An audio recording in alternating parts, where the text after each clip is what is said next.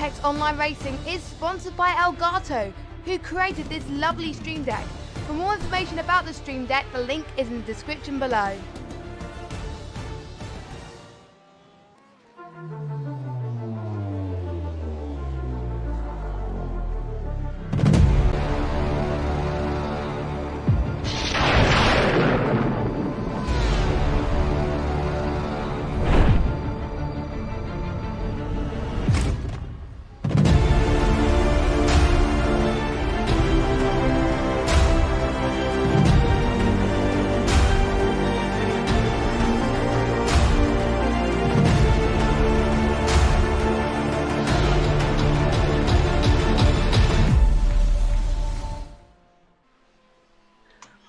Hello everyone, and welcome to the Temple of Speed in Monza, Italy, for yet another round of the Apex Online Racing's GTE iRacing League.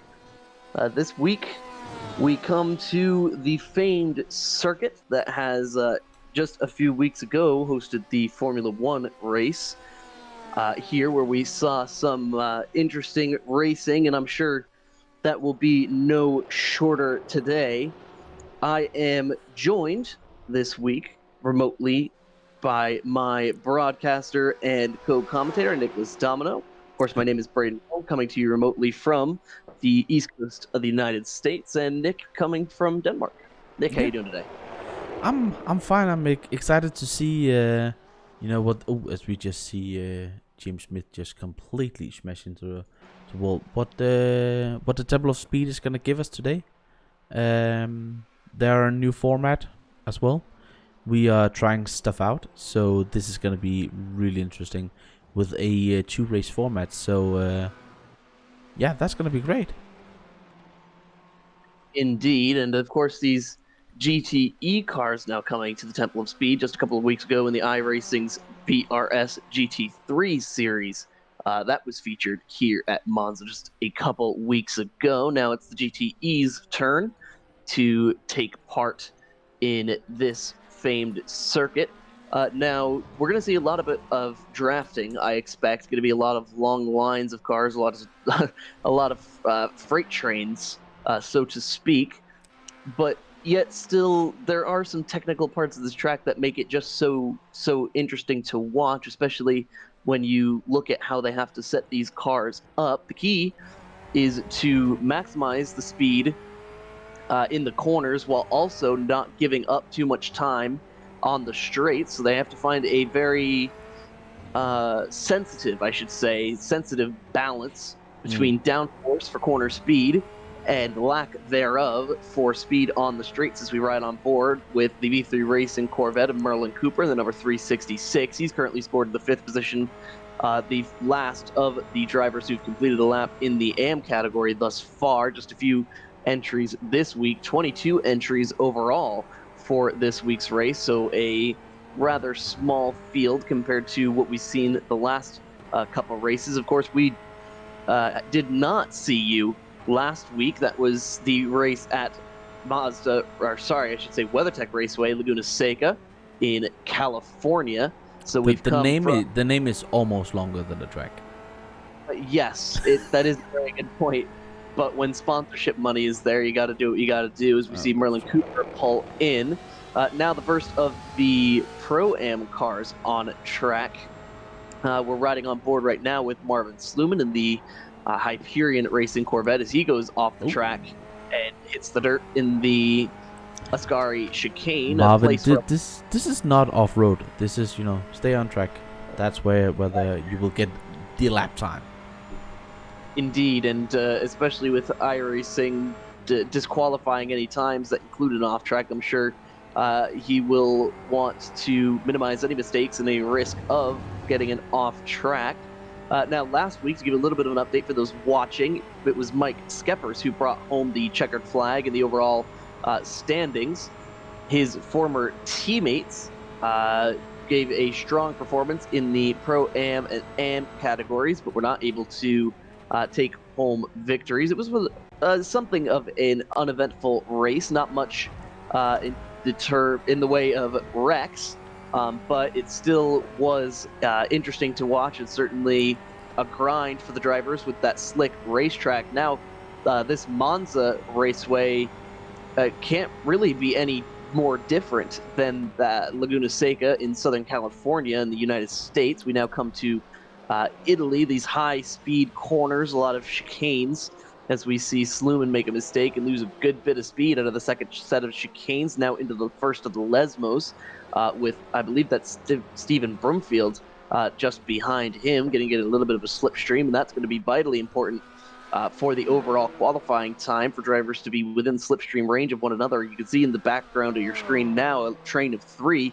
that is currently led by Antoine Morel, followed by Owen Blythe, but he's also in the tow of Stephen Broomfield just ahead. So those drivers all making sure to utilize one another's draft. So really the big loser in this train is Marvin Sluman at the point.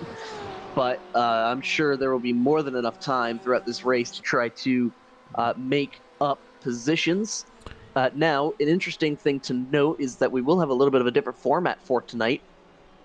Something a little bit different. We're only going to have an hour of official racing, but just after that, we will go to another session and have a reverse grid race. This, of course, being a test from the league coordinators, trying to just testing out a new format to see if they like it and if it's worth trying for seasons to come.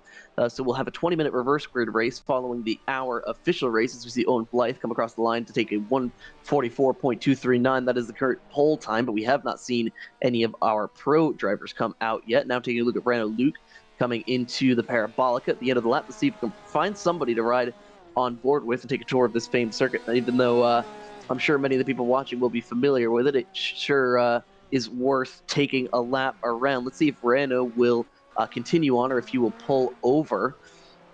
As we now look at on board here, I believe with Broomfield that we're on board with right now, as he goes into the first of the Lesmos, try to maximize as much speed coming through there. Now to the second Lesmo, going to brake just after the 50 marker, toss that car in there to the right-hand side and maximize as much of the exit curb. It's such a difficult corner to get right, both Lesmos, and you know, you can set your car up to the whole track or kind of the Lesmos. It's such a difficult one, and now coming into the Ascara chicane again, as we were talking about, hitting the curb on the left, sliding the curb on the right, and then that curb right there to the left again. That's so crucial because it's so easy to hit that and just spear completely into the wall and get a headache. And now coming down to the last penultimate corner here, and as we talked about, yeah, you know, getting those corners, just getting the traction out of the corners is just as important as the top speed around here, actually, because a lot of these cars do have the same amount of top speed. As we see Sluman goes P5 overall, and not really an improvement. A driver that we haven't seen a lap time from yet is Mr. Selesnev here. He has had quite a good season so far, so he needs to be up there to actually get some points today. For sure. We've seen Selesnev be quietly consistent, has very good speed, just hanging onto the tail end of the pace of the pro drivers. We see him setting 2 purple sectors. This is certainly going to be a flyer of a lap for Selesnev at the tie-branded Corvette. That is number 202. We'll follow him around as he heads as quickly as possible down to Parabolica at the end of the lap, and will try to sit on pole. In practice, it was Kiefer McKenna who topped the charts along with his teammate Owen Blythe. McKenna currently 0.2 of a second off of the pace of his teammate. Now we see Selesnev. He's improved in sectors 1 and 4 and been the fastest on track in 2 and 3. Comes across the line, and that is invalidated. Interesting. Invalidated. Oh, that is certainly going to be interesting to see if you can replicate that lap, because that was a flyer of a lap. Actually, it was identical to that of Owen Blythe. It was a 1:44.239. So that was certainly not what he wanted to see with it being invalidated. A thing that, you know, yeah, slipstream is a good thing, but you can lose so much time if you don't get the chicanes correctly. So what we see here at the moment with Selesnev, as he's just, you know, skydiving over the 2 curbs there, and that's what you will see as well here. They're really trying to, you know, cut those curbs down What the viewers don't know is that we have kind of, you know, put some sandpaper on under the car so they can, you know, lower that curb a little bit. But you just lose so much time by not having the optimal downforce on your car when you have to brake and when you turn in and stuff like that. So as we see here, Selesnev really, you know, being the fastest out there again in the second sector, and the third sector not the best. And let's see here in the fourth sector, as he's just coming down to, he's again not fastest out there, but he's definitely getting there. Let's hope that this time will actually count. A driver that is also quite far down the order is Kiefer McKenna, and he is pitted. Lesnev up to P2 with that lap, just under 2/10 of a lap. That's close. Ooh, that was. You see how aggressive these drivers are being on these curves. It's gonna be quite interesting in the race, because it takes only being a millimeter off in your steering input to end up taking a curve just hard enough to send that car around. And it's very easy when they're very tight together in a slipstream to end up making contact and taking out a bunch of drivers with you. I actually watched a few of the GT3 races in Top Split last week, and there were several cases of people doing their best impersonations of Sebastian Vettel and Lance Stroll, having incidents off the Ascari chicane and ending up coming right back onto the track and causing further incident. Now, with only a 22 car field, we won't expect to see any huge pileups, at least hopefully not. But it certainly is quiet. It's interesting. There's something peaceful about this track and some of the background sounds that iRacing has recently implemented, because as many people will know, the area surrounding the Temple of Speed in real life is actually a national park, and has a lot of beautiful scenery to be enjoyed. And there's certainly something peaceful in the time when these engines will just fade off into the distance and then get louder and louder and scream in your ears as they come back across the line. Mike Skeppers has started his fast lap, so too has his teammate Andy Gorton. Taj Edwards comes across the line to start his fast lap. We're riding on board right now with Michael Edens, the first of the Venom Sidewinder cars, the 173. He comes across the line just now and will start his fast lap. We'll follow along with him on his lap. Going to look to the left-hand side at those braking markers, 300, 200, 150, hard on the brakes there. Try to set up the car for this incredibly tight first chicane that will be the site for a lot of action today, as we see Andy Gorton actually take the purple first sector ahead of his teammate Mike Skeppers, still riding up on board here through Curva Grande. Flat out. Now more braking markers to the right-hand side. Going to be hard on the brakes just after the bridge. Take to the right-hand side to try to set up for the chicane. To the left hand and back to the right. Use all the curb that you can. All the curb that car can stand without spinning out. Now roll as much speed as possible through the first of the Lesmos.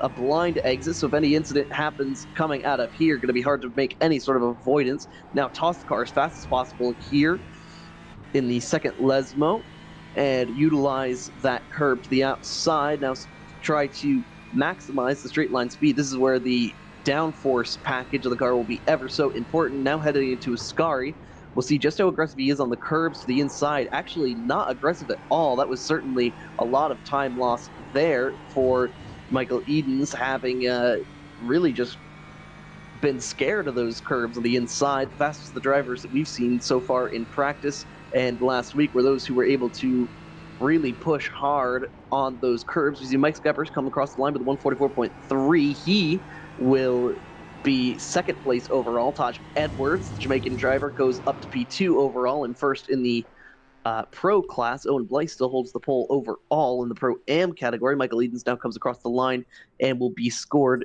third in class, down below actually Tristan Koenig, who had a very strong qualifying effort. So certainly a shout out deserved to him for qualifying with a 144.650, just 0.3 of a second off of the pole sitter Owen Blythe. Certainly a very strong showing from the AM driver. Now through practice and what we've seen so far in qualifying, who would you say are your favorites to win this race, Nick? One of the Fords. It's a little bit weird because I was saying, actually, tossing it out there, just Keith McKenna, as he was actually the fastest before. But I will say Mike Shepherd has looked incredibly strong the last couple of races and do the season. But with the time that Owen has put in there, we should not rule out that we could actually have a Pro-Am driver winning this race.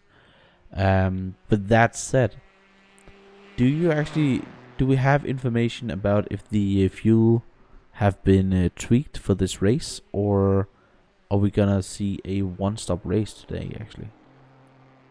I actually am not sure. It's certainly possible. We normally see the driver hit at around a half hour into the race, which normally would be the 1/3 mark of our normal 80-minute race time. But instead, excuse me, Gordon up in third place and second in Pro. Yeah, so he's knocked his teammate down, his Venom Ultima teammate down one position. But like I was saying, I believe these drivers can actually make it on one stop if they're a little bit careful with the fuel, and I'm sure the slipstreaming that we'll see going on will certainly assist that, and will certainly come into play later in the race as to whether or not these drivers can make it to the end. And also, the reverse grid, of course, the reverse race will not actually count for points, but if we do see that sort of implementation of that format in later seasons, we could see drivers actually play that strategy. If they're not having a great race, they could give up the points in the first race, go to the back of the pack, and know that they will get better track position in the second race and have a better chance at collecting points. Oh yeah, definitely. Just before going on here, a shout out to Mr. Consistency of Stefan. He is here again in chat, which is just the weirdest. He's always here. He was Mr. Consistency when he raced, and he's now Mr. Consistency when he is watching race. But yeah, coming back to your point, it's a true thing, and it's a real thing that you can kind of give up your points. But what we have seen, having used this kind of format before in Formula 3 and stuff like that, you want to maximize the amount of points every single time, because you're not guaranteed anything. And normally, if you have a sprint feature race and a sprint race with different length, the first race, the long one, will give more points. So even though that you're further down, it could throw some mix in.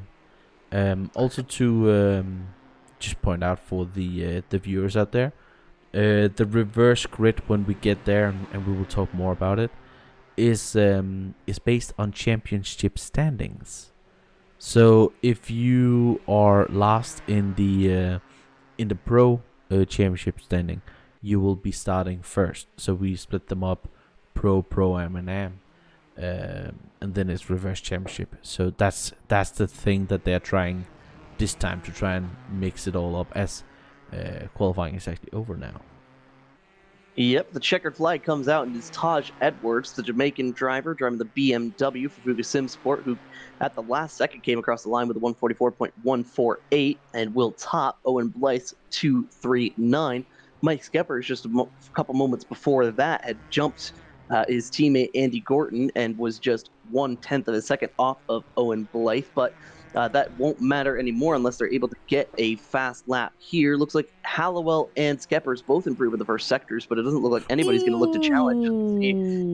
Just giving, or Hallowell, that is, just giving up on a lap. He knew he was not going to be able to improve on that lap, and just decided that the car needed to be read a bedtime story by the wall. That was murder on in daylight. Ooh, no, he's just lost it on the AstroTurf out there.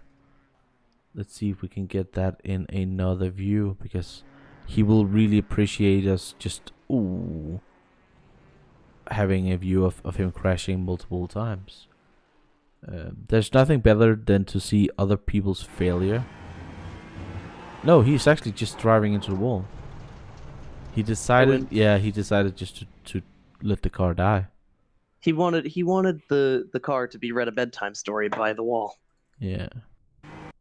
And so here he's skidding out there. I think he got an X there because he's so far off track, and then just decided to completely demolish the car, and that could come back and haunt him at the end, because some of these cars do not take likely to being crashed on purpose.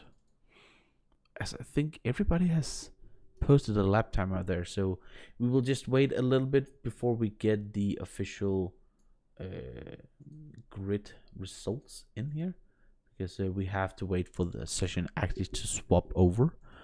Well, here's something interesting I just noticed. At the last minute coming across the line, both Andy Gordon and Mike Skeppers improved their lap times just enough to leapfrog Owen Blythe. So we went from having a Pro-Am on pole overall to the top 3 in Pro, followed by the top 3 in Am. So that is certainly interesting, but Tristan Koning still head and shoulders above his competition in the Am category. We'll certainly have to keep an eye on him and make sure that he gets that credit that he deserves, because it's certainly not easy to be up there with the pros and the Pro-Ams on pace. Yes, as we get the standings should be there now. All right, let's take a look here at our grid. And we will start all the way at the front here. So, currently sitting on the pole is Taj Edwards, the Fuga Sim Sport driver, followed by Andy Gorton in the Venom Ultimo machine. His teammate Mike Skeppers will start on the second row in the number 196 Ford. Owen Blythe, the first of the V3 racing cars and the first of the Pro-Ams. After that, Alesky Seleznev, followed by Antoine Morel, that rounds out the top 3 in the Pro-Am category. Tristan Koning, as we mentioned earlier, with a really strong performance from the Am driver. He actually outperforms Michael Edens in this Venom Sidewinder car, who qualifies P8. That's one of the pro drivers. Stephen Broomfield, the V3 Racing silver car, followed by Baka Gabrielson in the Hyperion Onyx Black. So one of the Ferraris actually with a pretty strong showing there. Speaking of cars that have underperformed earlier, the 5th row currently taken up, or the 6th, I should say, currently taken by 2 Porsches, the first being Victor Mateos in the Hyperion Racing car, followed by Dennis Cartier in the Phoenix Racing Club Midnight machine. Our next, the end of the qualifying order here, Marvin Sluman in the Hyperion Racing Orange car. That's one of the Corvettes. Kiefer McKenna, the second of the, or I should say the third of the V3 Racing Corvettes, followed by John Hallowell in the Venom Sidewinder entry. Gunners Rasgals in the Phoenix Racing Club Eggshell BMW. Jamie Smith currently scored in the 17th position, followed by Merlin Cooper, the first of the Am drivers from the V3 Racing stable. Then Rano Luke, newer entry to the series for the season, but certainly no stranger to the Apex Online Racing GTE League. Chris Yardley in the 20th position from Hyperion Racing. Then Dennis Meisner, who we've seen have a little bit of a struggle in the last couple of races. He is scored in 21st. 22nd, Thomas Kuhn from V3 Racing Gold. And Niels Ullmann, a new entry from Scandinavia in the race this week. He will be piloting the Corvette C8R. Now we'll turn our attention back to the front of the... as we get ready to go green, the Porsche iRacing safety car currently making its way slowly towards the Parabolica, but still a long way to go. Nick, just before we get started, what do you expect to see in turn 1? Are we going to see a lot of chaos and a big wreck, or do you think these guys will be relatively docile for the first couple of corners? It's a 50-50. It can be murder and mayhem, or it can be a just gentleman all the way through the first corner. But we have seen in the past that chicane is just not narrow enough, or too narrow to get more than one car side by side through it. Well, the iRacing Porsche safety car pulls off to the right-hand side, and Taj Edwards has already hit the loud pedal, slams the gas, and now the two Venom Ultima cars will actually be straight in line coming across the line. It is Andy Gorton, who's in the second position, already pulls out to the left-hand side to make a move on Taj Edwards, heading into turn one. His teammate now side by side with Owen Blythe. That is for the third position. Doesn't look like Andy Gorton going to be able to make any sort of a move. That's going to be quite the traffic jam. Hard onto the curb goes Andy Gorton, but it looks like the field has made it through mostly clean here. Let's see if Andy Gorton is going to continue that aggression that he showed heading into turn one. Mike Skepper's actually under a lot of pressure from Owen Blythe just behind him. They are currently just, well, in a slipstream battle, which is what we expect to see for the majority of this race. He throws it into the chicane for the first time. You can see just how hard that Ford GT is able to use up those curves. Going to be interesting to see which of these manufacturers is able to utilize that curve as much as possible without upsetting the car. We're currently riding on board with Marvin Sluman in the replay. Let's see if he had some sort of an incident here. Oh, just getting tinged out. Not slowed down. Doesn't look like Razgal's even thought about hitting the brakes there. He tried to get out of the way. Maybe he had some sort of a lockup. We'd have to see what happened with him on board. But he just, it was like his brakes just didn't even work heading into the corner, and Sluman just an innocent bystander there. Looks like Sluman's he's braking way too late. I was like, brake. That was just not respecting. And you could see on the replay just how early the brake lights of the Corvette C8R came on before that incident even happened. And by the time he actually made his way past or got all the way up to, as we see a battle for the lead here, Andy Gorton not waiting around at all to make the move on Taj Edwards. He needs the help of his teammate, Mike Skepper. But like I was saying, Gunners Razgals, it's like he was almost caught off guard by how wide that BMW is and just did not have time to get off to the side far enough to not make contact with Marvin Sluman. But that incident certainly going to have to be discussed, especially considering Marvin is one of the coordinators for the iRacing League. He's not going to be too happy about that. Yeah, he will be angry. But what we also, it's interesting what we have seen here. Taj Edwards were actually, having pole, but getting overtaken by both of the Venom cars into turn one, and is now down to P3. So he's lost a lot of time there, and not. Do you think it's possible that maybe his lap time that gave him the pole is credited more so not to the speed of that BMW M8 GTE, but rather to potentially some slipstream help that he had? When we saw those fastest laps from the two Venom cars, they seemed to be on their own. We didn't actually see Taj finish his lap, but I certainly would suspect that had something to do with it, because that BMW GTE... Owen Blythe is just having, a couple of new pants sent to him there. One of the things that could be doing here, as Blythe is having his infamous internet issues, is that Edwards could have set his car up to be really good on one lap pace, but as soon as you put some fuel into the car, it can change the balance completely, and that might be what we are seeing here, because the two Fords up there, they're just driving away with it. As we're seeing Blythe just having a little bit of a nosedive in here, but decided that was probably not the best way to do it. Well, it was clever of Blythe to pull out there, not make any contact with the BMW ahead of him. He has more than enough time to try to make that move, but I think the impatience of Blythe is largely due to seeing those red Ford GTEs getting smaller and smaller out the windshield. I think Blythe feels that and a huge sideways moment for him, and he's going to come under pressure from Seleznev, but I think he feels that he potentially has the pace to be able to challenge for the overall lead here, or at least to make some moves on Mike Skeppers. He was very close and certainly putting a lot of pressure on the number 196 driver at the beginning of the race, but now Seleznev doing what he normally does, just riding in line and doing a spectacular job of just being patient, as we see Tristan Koning just in the background of that shot. He's doing a great job. He's gotten around the Frenchman Antoine Morel in the BMW, so that is actually... Blythe off! Blythe is off. And he's right in front there. Wow, Does what not look happened like there? he had any sort of regard for the rejoin there. Seleznev doing a spectacular job of not. Oh, and they're 3 wide for position. The AM looking to go around both of them. That is Tristan Koning making a spectacular move around the outside. Will he make it work around Parabolica?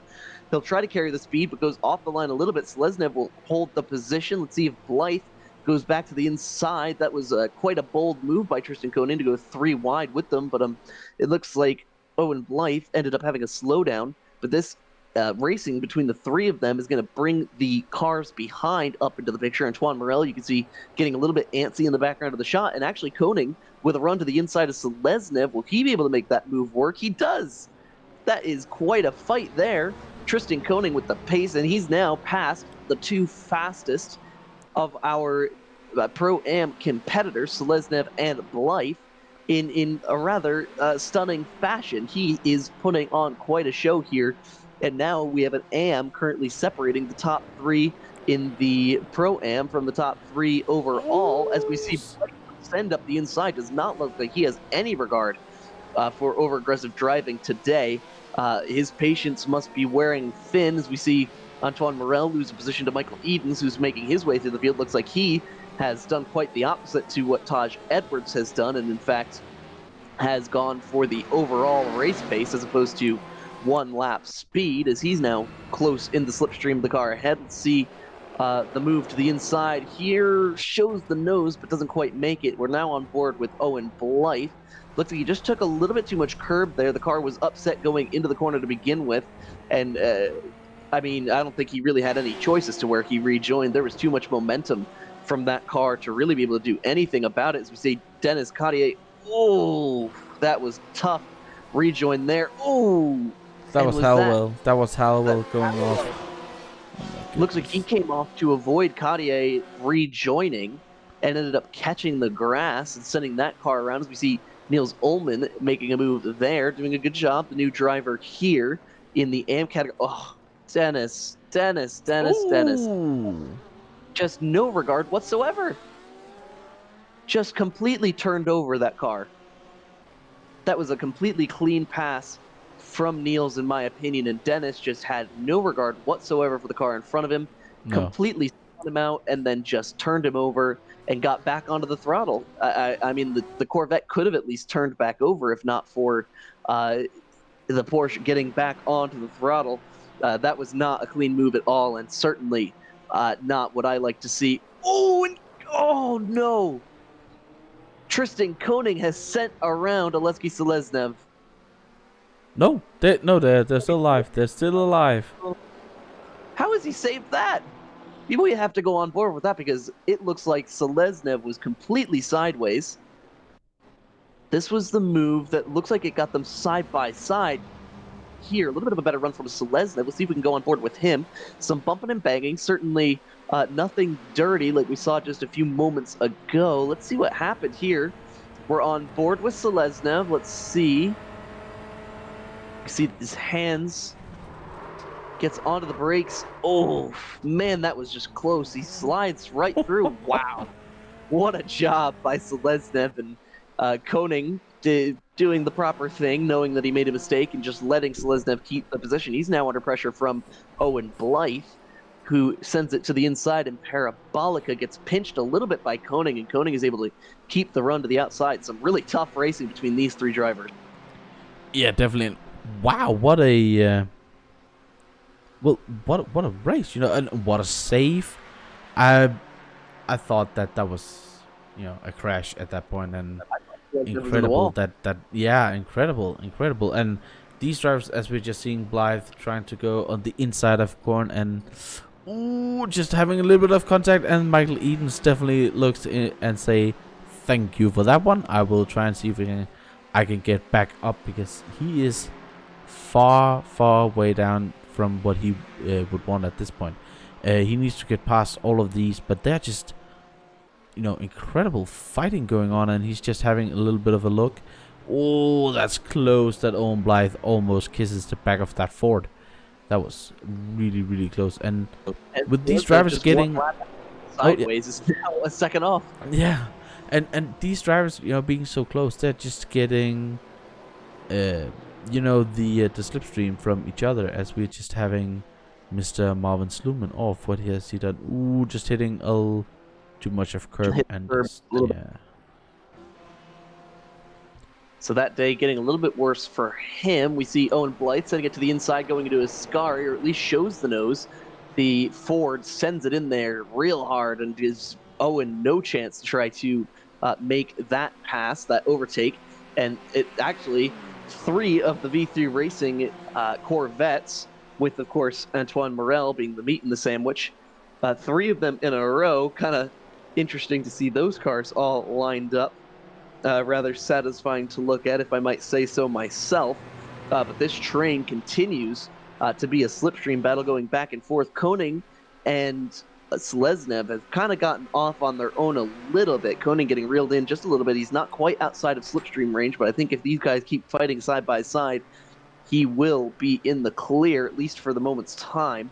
Seleznev, on the other hand, has gotten well off, 2.2 seconds ahead of Blythe now, just over a second away from Tristan Koning, as we see Antoine Morel under pressure from Kiefer McKenna. McKenna was the fastest in practice earlier today, so we'll see just how much that pace gets him in this race. Riding on board as he backs to that BMW, rather threatening front end from the BMW, looking right at you. Certainly not something I would want to see in my mirror. Oh, we see contact there, and they're sideways. It's Michael Edens. It's Edens. Edens is off. What happened there? No. Oh, they just had contact. That's got to be a glitch, the way that hopped up. Oh, looks like goodness. Blythe maybe had a bad run through the chicane. We'll have to see that. Let's see if we can see that from the left front wheel. Oh yeah, that's a glitch from iRacing. Just looks like almost a hip. Would have been a light hip check between the two of them, but it looks like iRacing instead. Yeah. Just a little bit of netcode. Yeah. Oh, and that's unfortunate because that was such a good race between the two of them. It was quite clean up until then, as we see Dennis having, yet another incident. The two Dennises is not having great races as of late. Looks like just a little bit of half spin, but he saves it.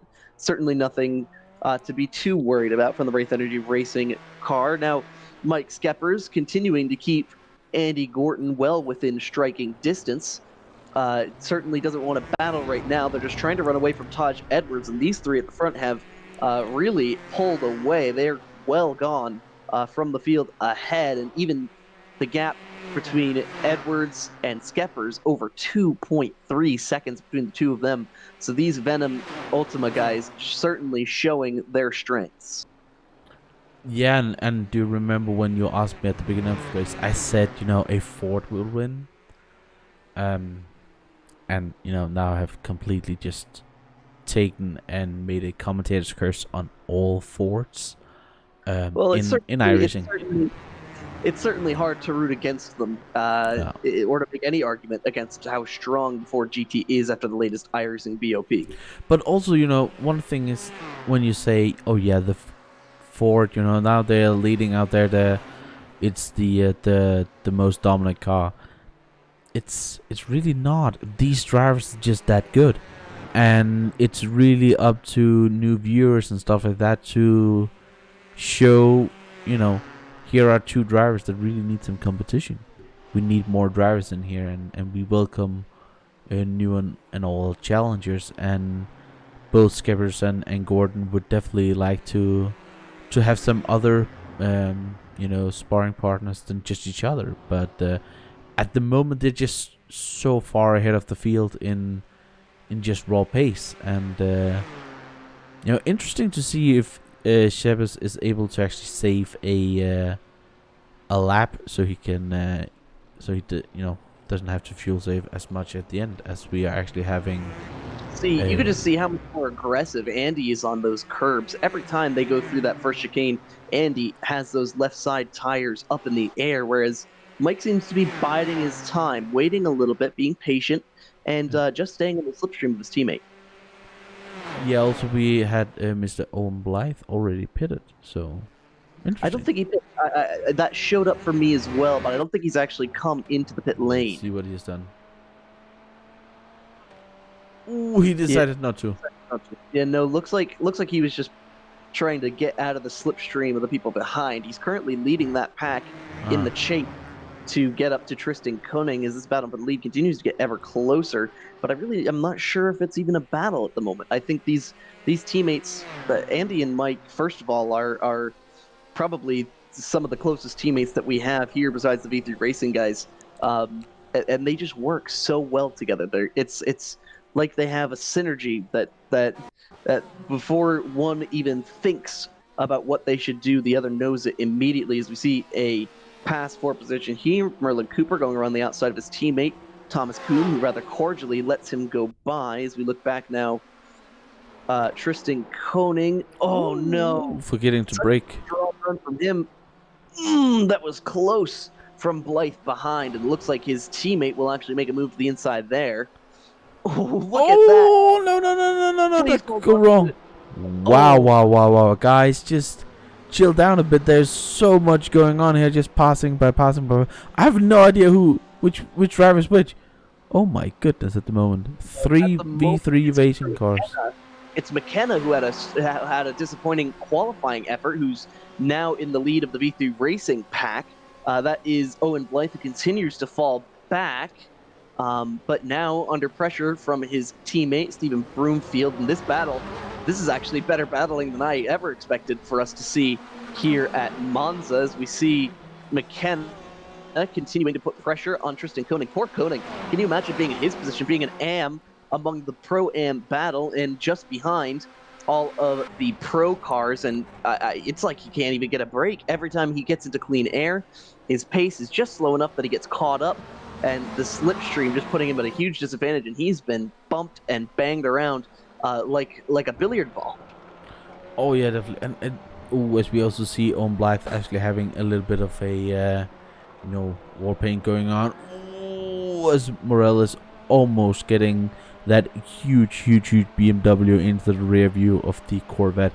But yet just being, as I said before, with these drivers being so close to each other that, if slipstreaming, and then if you make a move, then another guy gets the run, and then another guy gets the run. So sometimes Monza kind of, makes the gap between drivers smaller. Because there's straights and a chicane and straights and a chicane, and that's what provides this amazing racing. As we have in AOR, we always have amazing racing. As Blythe is definitely gonna go for a move here. Absolutely, and this has been just another exhibition of the skills of the drivers that we still have in the league. We've lost a lot of some of our higher end drivers, but still.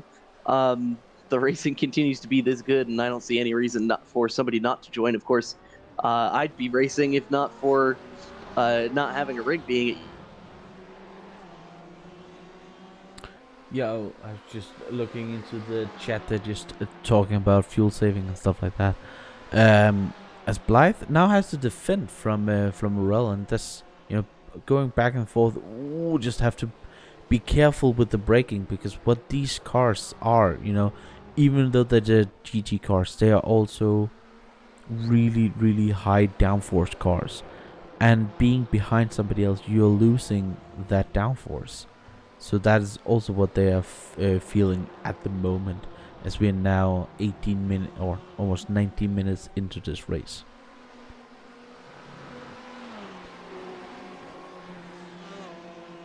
And I can see that my main man, Mr. Hill, has actually, his laptop decided to say now is definitely enough for tonight. So he's just gonna make a restart, and he will be back with us for more action.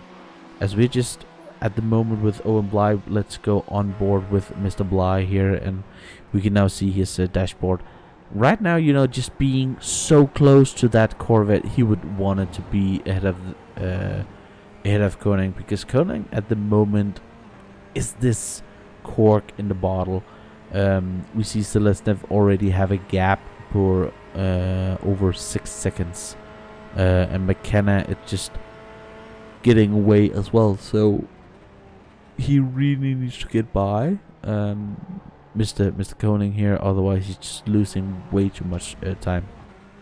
And for new viewers out there, if you look to your left, you will be able to see the red markings for the 3 top drivers up there, indicating that they are pro drivers.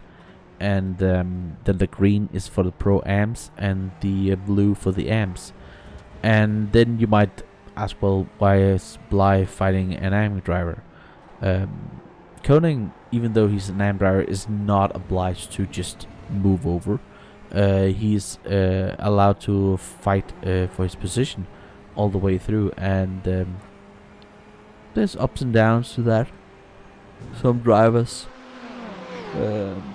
might just move over, and other drivers are real racists and will fight for every single position that they can get. There's also an overall championship that they do score points for, but not really anything that really counts. It is really the team and the class championship that counts. That's also one of the great things about this league, is that you can, fight in the classes with the drivers of your own skill level. Right now we don't have as many drivers that as we wanted. But if more people join, there's always somebody that you can fight against, and with as we see Koning just having a little bit of a wobble. But yeah, with iRacing League just having a little bit of a makeover coming up, and just finding out what to do going forwards. Join us, be a part of this amazing time. It's an amazing racing simulator, and these drivers are amazing drivers, and it's just amazing to be sim racing in these times. As we had Shepers. Mike Shepers has been off track. Let's see if that's just coming out of Lesmo 2. Oh, just a little bit there. I thought that would have been a bigger incident to be marked up on my overlay, but just dipping 2 wheels up there. Sorry for that. Somebody's a little tired. I am. I'm just a little bit. And when I talk, I don't breathe. Then I just, yawn all the time. It's horrific. And think about it. I had to do in Assetto Corsa the 8 hours of Laguna Seca alone, and I had to talk just to keep myself, going on. I was solo, and if I keep yawning because I talk too much, yeah. Well, everyone knows the two of us never shut up. So. We do. Anyway. Well, I'm a Dane and I'm a teacher, so I, of course, I like to speak because I'm a teacher. Ooh, that was close right there. I thought Morel just lost a little bit, but yeah, every teacher has God complex and want to listen to themselves, and you're just I'm an American. We just like to talk because we think we're right. Well, you are an American, but we did decide last time that you were Canadian, right? A fake Canadian. Hey. Well, but anyway. Well. Well, you say that, but you're not that nice. No, that's fair. You and I do bust each other's chops quite often, as we see Tristan Koning continuing to be under pressure. It's like he just can't catch a break, but he's doing quite a spectacular job to hold off the pressure from behind that he's had thus far. These drivers behind, certainly no slouches by any stretch of the imagination, but Koning doing a good job of holding them off. Kiefer McKenna managed to get past him and is now rapidly chasing down Aleksej Seleznev as he continues to show off the pace that he has. 5 seconds now the gap between those drivers, so we'll have to keep an eye on McKenna to see if he's able to take away the the Pro-Am category win. Currently leading overall, Mike Skeppers has actually taken that lead after having a moment off track. He's taken that position away from Andy Gorton, but has not lost any time to Taj Edwards, who's an extra 2.5 seconds behind those two drivers. Aleksej Seleznev actually runs his best lap of the race. Let's see when Kiefer McKenna comes across the line. He actually runs 0.2 faster that last lap than Seleznev.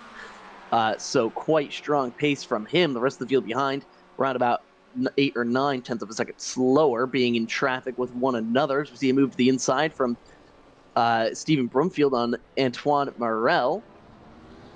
Not able to quite make that move stick, but does a decent job of showing that he is not messing around. He now goes to the outside, and Curva Grande tries to stay on the left rear and is able to side draft a little bit there, gets the slipstream to work in his favor, and will now have the preferred line going into the second of the chicanes, and that position is done. So that is a pass done for the V3 Racing. Driver Antoine Morel now falls to 5th in class.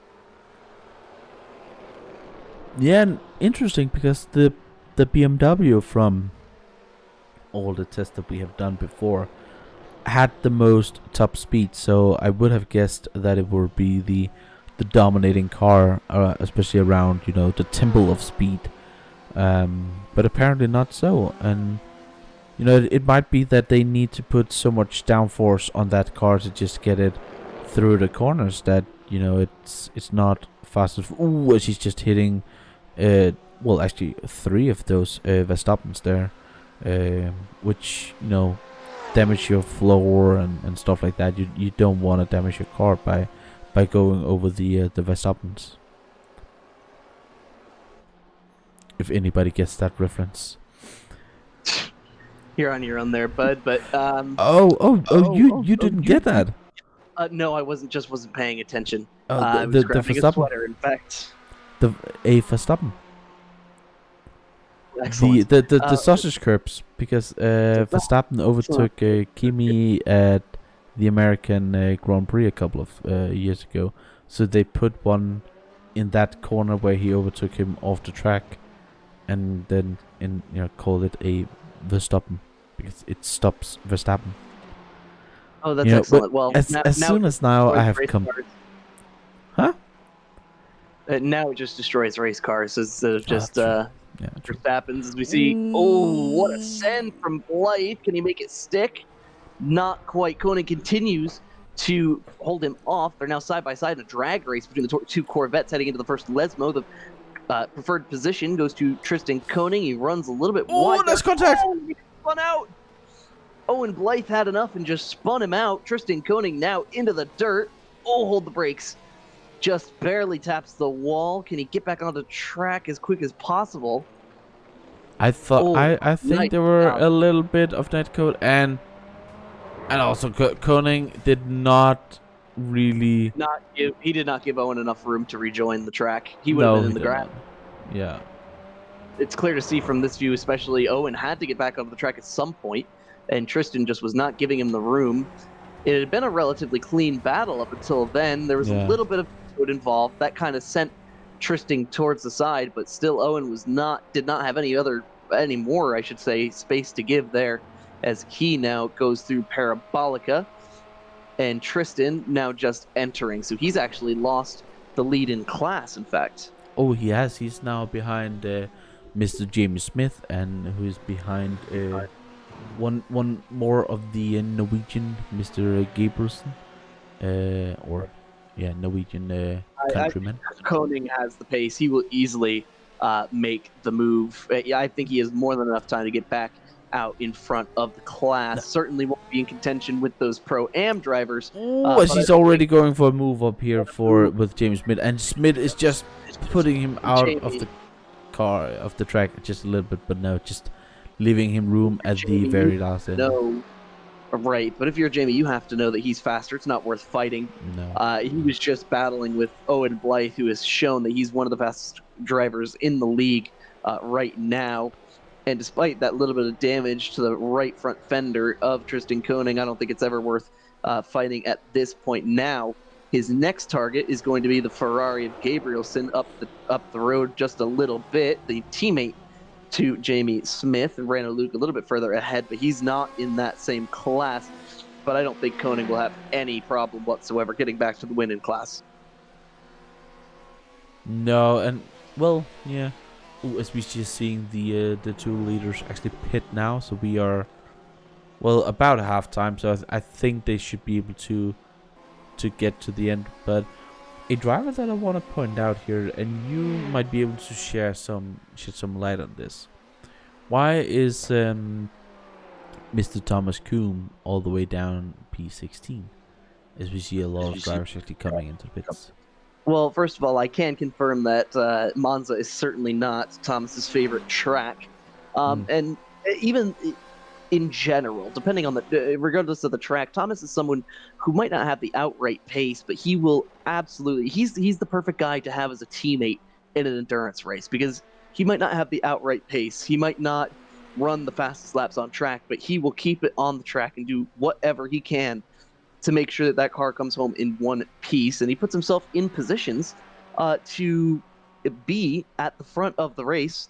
Like when he got his first win last season at Suzuka, he got that win because of contact between a couple of drivers ahead of him, and did a wonderful job of putting himself right where he needed to be to take advantage of mistakes from other drivers. So while Monza just isn't his particular favorite track, he just doesn't generally have outright pace, but that certainly doesn't discount his driving skill whatsoever. Oh no, definitely not. And we have seen him come back at the later stages of the race, and not just coming back up to the two red Fords, as we can just leave them there for a little bit during the race, but now they're really fighting, because now they're both fueled to the end, and now they really have to push at the end.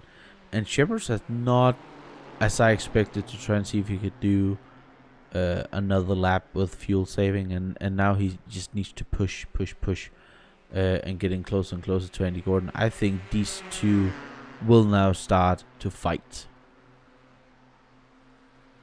Indeed, and certainly this is where the race is going to be determined. They're currently scored second and third in class, and they're well below the drivers ahead. They will actually re-inherit the lead, this time by virtue of pit stops from Taj Edwards, Owen Blythe, Antoine Morel, and Victor Mateos, who were leading. That was BMW, Corvette, BMW, Porsche. Now it's two Fords that lead the race, and we should see Taj Edwards.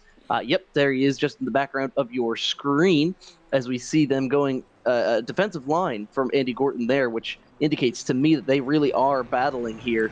No team orders like we might have expected earlier. He is well in defensive mode, not making his intentions unknown by any stretch of the imaginations, riding on board with Mike Skeppers as they head towards the second of the chicanes, which in the historic layout was not here, but has since been added for the Formula One circuit.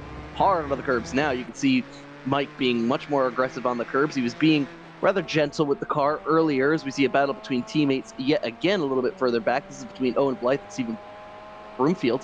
The 278 from the 245 currently scored third and fourth. So this is a battle for the final podium position in the Pro-Am category. Now, Kiefer McKenna has gone off on his own and is trying to chase down Oleksiy Seleznev. Under 5 seconds gap between those two, is Blythe, having shown really good pace earlier in the race, just has not gotten on the rest of this race. I'm not sure. Maybe you have a theory as to what might have caused that. And actually, I'm just noticing a little bit of damage to the front end of the BMW of Antoine Morel that was not there before. But what would your theory be, Nick, as to why the driver who typically is the strongest from the V3 stable has now fallen off and is actually under pressure from one of his teammates? Well, first of all, we can see that he has a little bit of war damage on the rear right.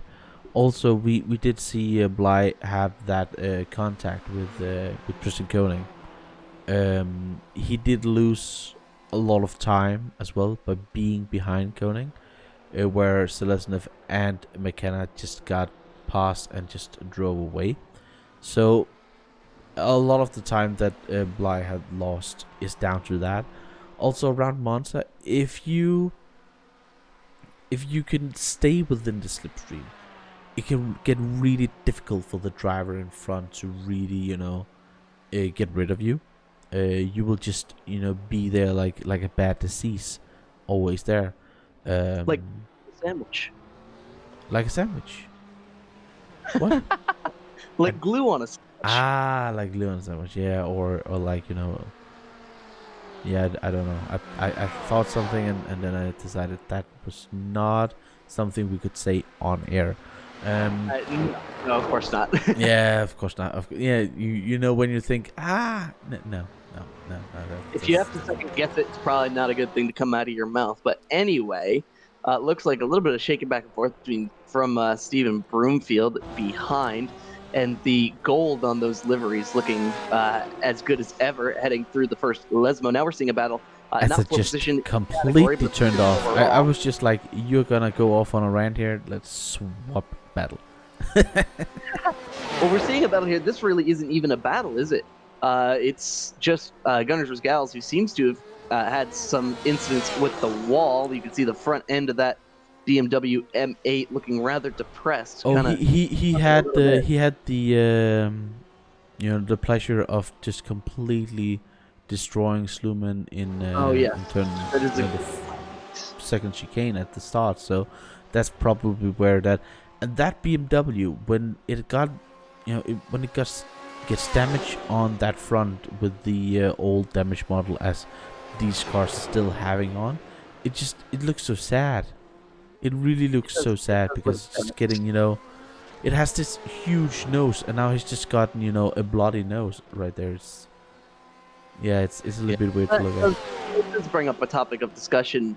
I personally am incredibly excited to see the new damage model implemented on these cars. Oh yeah. I actually think we're seeing Victor Mateos having to make a second pit stop. Perhaps he was caught speeding on pit lane or has come in for some reason. I could have sworn I saw him in the pits earlier because he was one of the cars that stayed out a little bit longer, but he now is back into the pit lane. So too appears to be his teammate, Jamie Smith, who is off the track. Perhaps both of those cars, no, Mateos is back off, but Jamie Smith perhaps is retired. He's just staying in the pits.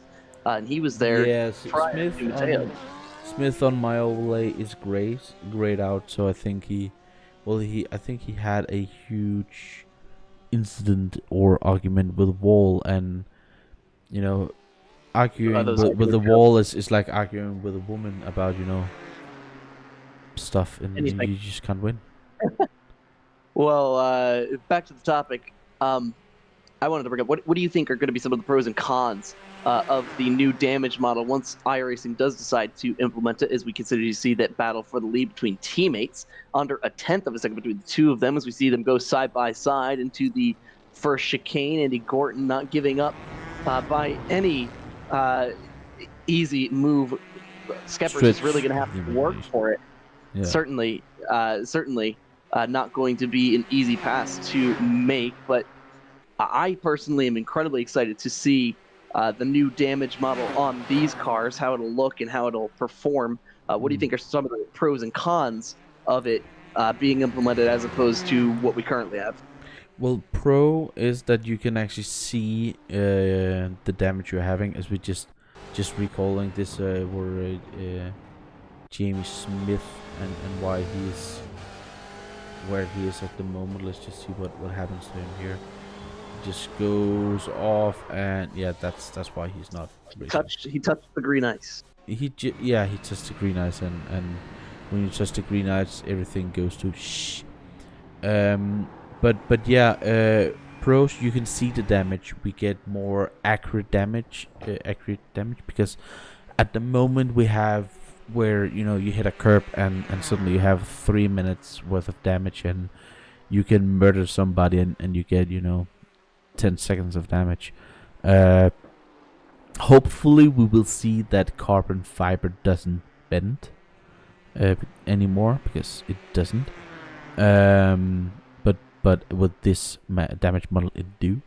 We will just hopefully get cars that can actually get repaired, because as we just see, Mike Shepard's now going for the outside into the first chicane. Can he outbrake his teammate? Ooh, and he's keeping it on the outside. Let's see. Now it gets... Ooh! Gordon all the way off. Like he didn't even turn back to the left. I think he tried not to turn back into his teammate, and that actually lost him a position right there. Let's just see if we can find that again. This is from the perspective of Gordon. He's now on the inside, breaking in. Ooh, it's a little bit loose there, and just hits the first. Yeah. It's like he just didn't even turn back to the left. He just got back to the throttle with the wheel still turned to the right. That is a fascinating incident. That's a bit off.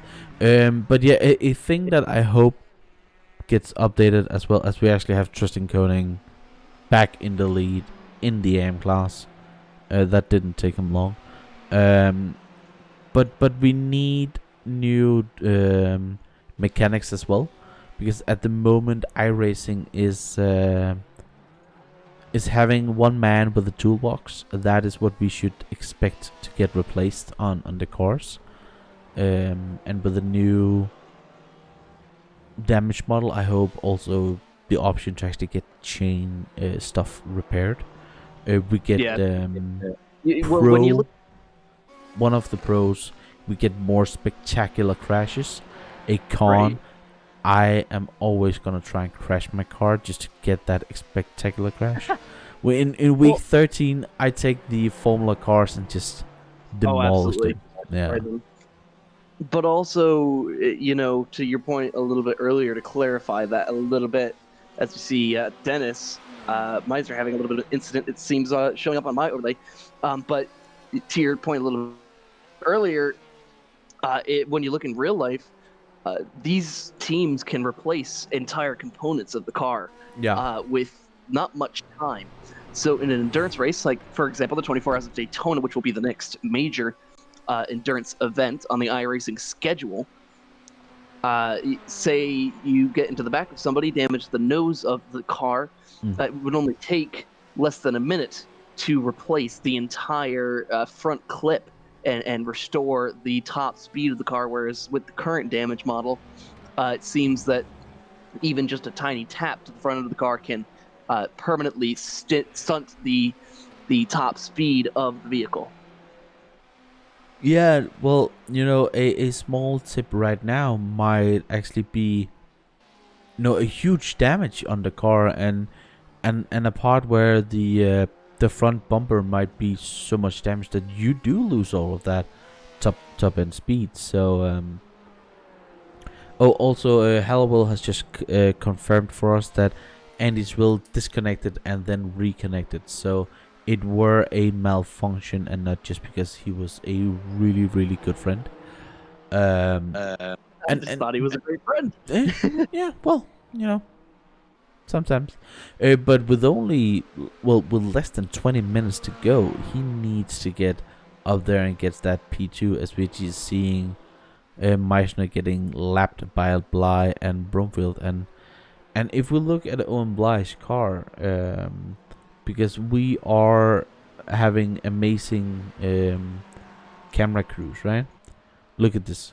This is how we can get camera crews out there. Look at that damage on the front of his car. He has a lot of damage on that right side of the car, or his left side, but in the straight line.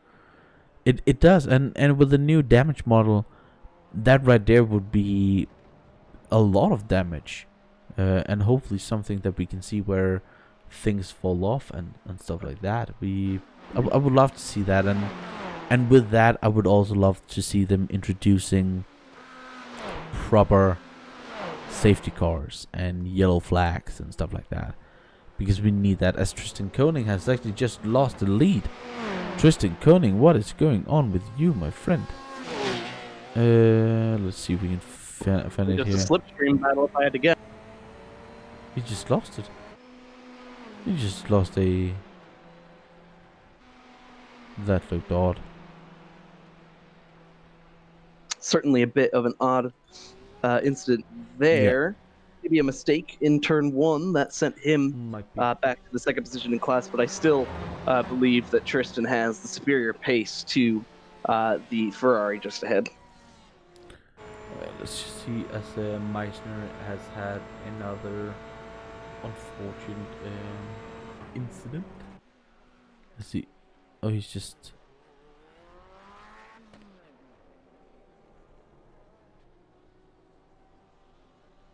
What's going on there?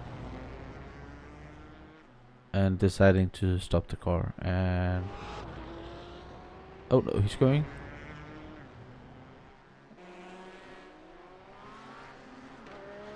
That was weird. As we just see Jamie Smith having a little bit of an off with that huge car, which actually weighs nothing. She wide, but she light.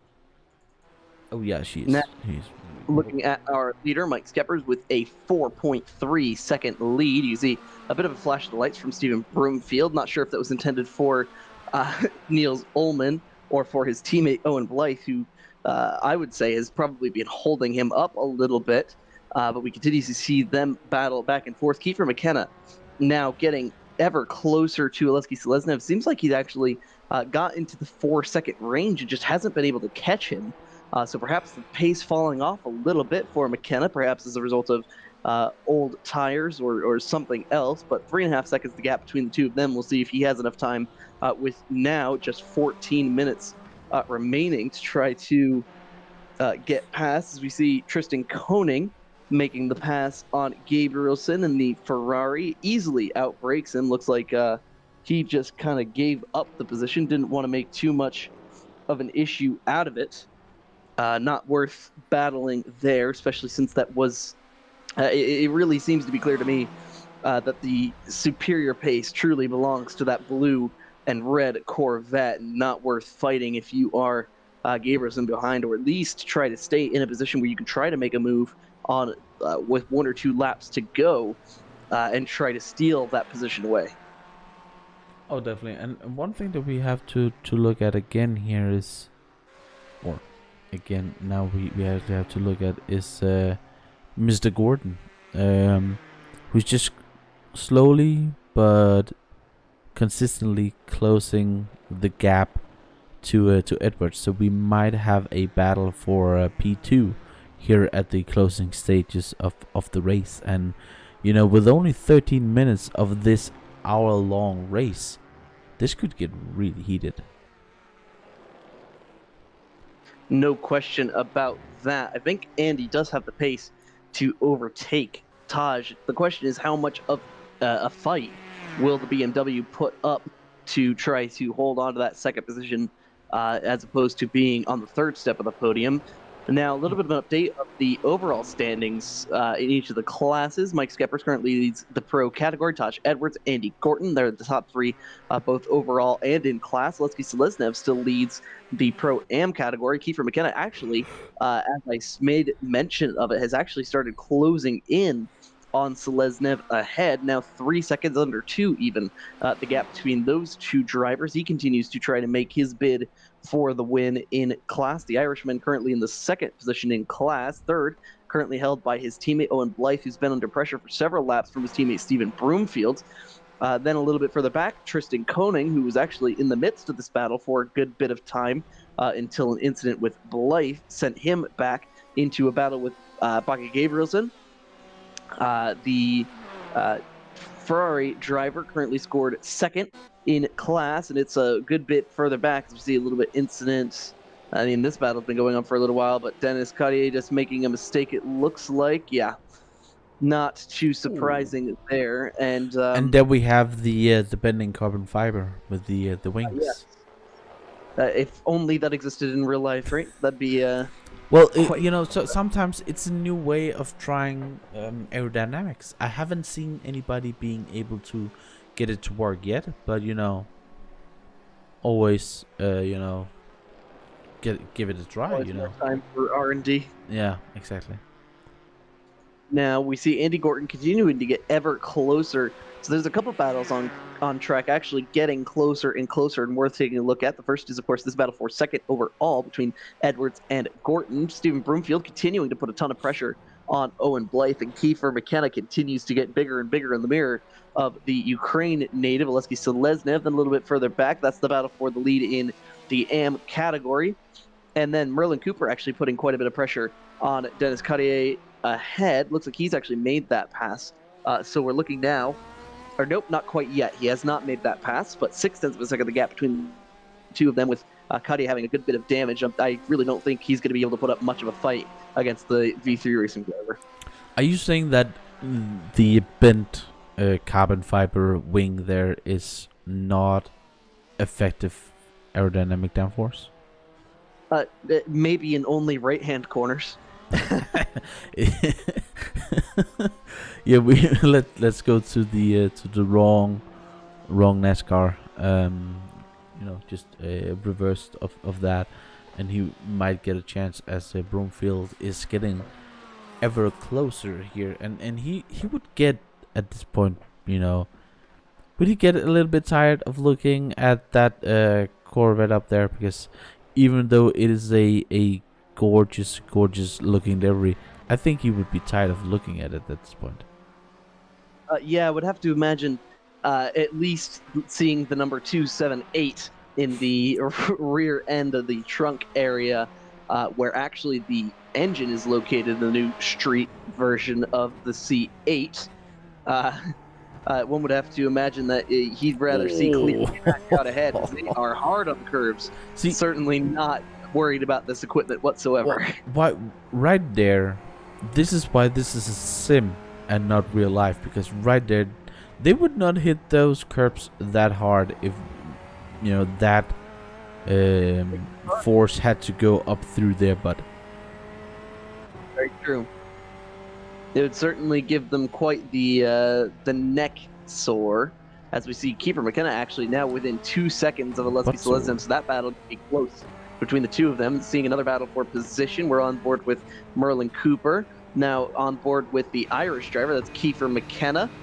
Andy Gorton continues to gain on Taj Edwards. Looks like he will make the battle, the pass for position. Let's see how much of a fight the BMW puts up coming into turn 1. Looks like he'll actually back out of it and allow Gorton to have the position. 5 seconds now, the gap between Andy Gorton and Mike Skeppers, but I'm not sure he has anywhere near enough time to catch up to his teammates with now just under 8 minutes remaining.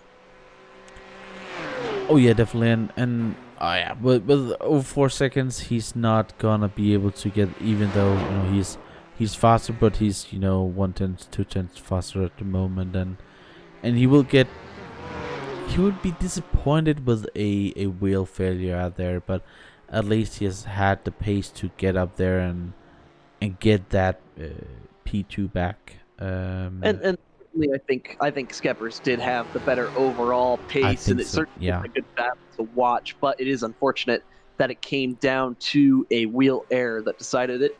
But I mean, you were saying why this is a sim, not real life. That's something that does kind of simulate real life. Is hardware errors. A wheel breaking in the sim certainly is something like having a mechanical failure in real life. And though the cars aren't real, the racing is, and the disappointment when something goes wrong is certainly quite real. As we see a move to the inside from the Austrian driver, he's made that pass into turn 1. Sorry, I moved away from that, but that's because I saw Todd Edwards were within 2,000ths of Gordon. I was like, that's the side by side. Absolutely subpar performance from the broadcaster. Well, I only work with what I get, and I have you to, I try and follow you. They pay peanuts and they get monkeys. Well, that is what happens when you put a Dane and an American in a booth and try to, broadcast a race in Italy. Everything could just go wrong. Oh yes, the only way it could be worse is if you introduce a couple Russians and a Chinese lad. But anyway. And then we just need a Scot to just keep it all grounded. Grounded? He'd just swear at us. Does they ever do anything other than swear? I mean, Kiefer McKenna's Irish, and he does the same thing. So the Irish and Scottish lads, they're the good ones to keep around. But they don't swear; they just talk. They swear very creatively. Anyway, looks like a little bit of an incident for Victor Mateus. Went off track, but quickly came back on. Now, our retirements thus far looks like Jamie Smith a lap down So he is well out of contention. So too is Dennis Meiser. He's actually was staying out on track, but is now 5 laps down. Not sure if he is still rolling around out there. And John Hallowell, who we saw have a major incident by virtue of an unfortunate incident into the wall. So too did Michael Eden. So both of the Venom Sidewinder drivers having unfortunate incidents that put them out of contention. Now we're looking at Victor Mateos had a little bit of an off-track incident, but nothing to be too worried about. His teammate Chris Yardley, we haven't talked about Chris Yardley really much at all this race. He's having a quiet performance. Ooh, that's the grin. Sorry, that's the grin. The toothy grinned Porsche 911 RSR, the flat 6 screaming away from the rear end of that car as it heads towards Parabolica, just exiting Ascari. Wanted to make sure we had a little bit of conversation about him, considering we only have 22 drivers. I'm sure we have more than enough time to talk about each of them at least a little bit. Now, the gap has not changed for the lead. However, Kiefer McKenna now 1.5 seconds less now between himself and Oleksiy Seleznev. That battle is going to be close as we now cross the threshold of 4 minutes remaining. And if we go up and look at McKenna, he's had, half a second and then 2 slow laps, and then on the latest one around half a second again. I will say it's 4/10, but if you're a race driver, that right there is half a second. You always as we are actually having a close battle between Gibbelson and Koning. Koning did not he's not allowed to just go away with this one. Gibbelson is gonna fight back, and I didn't think that this was actually gonna end up in a fight, but he's not going out without swinging. Absolutely, and he never has.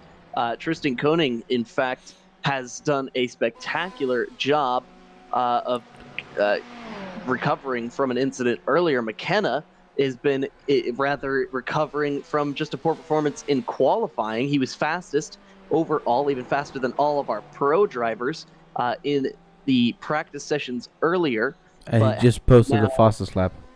And just posts the fastest lap of the race. So certainly not going to be any sort of a slouch for Oleksiy Seleznev, as we are now well under 3 minutes remaining and are going to be very close to seeing the white flag.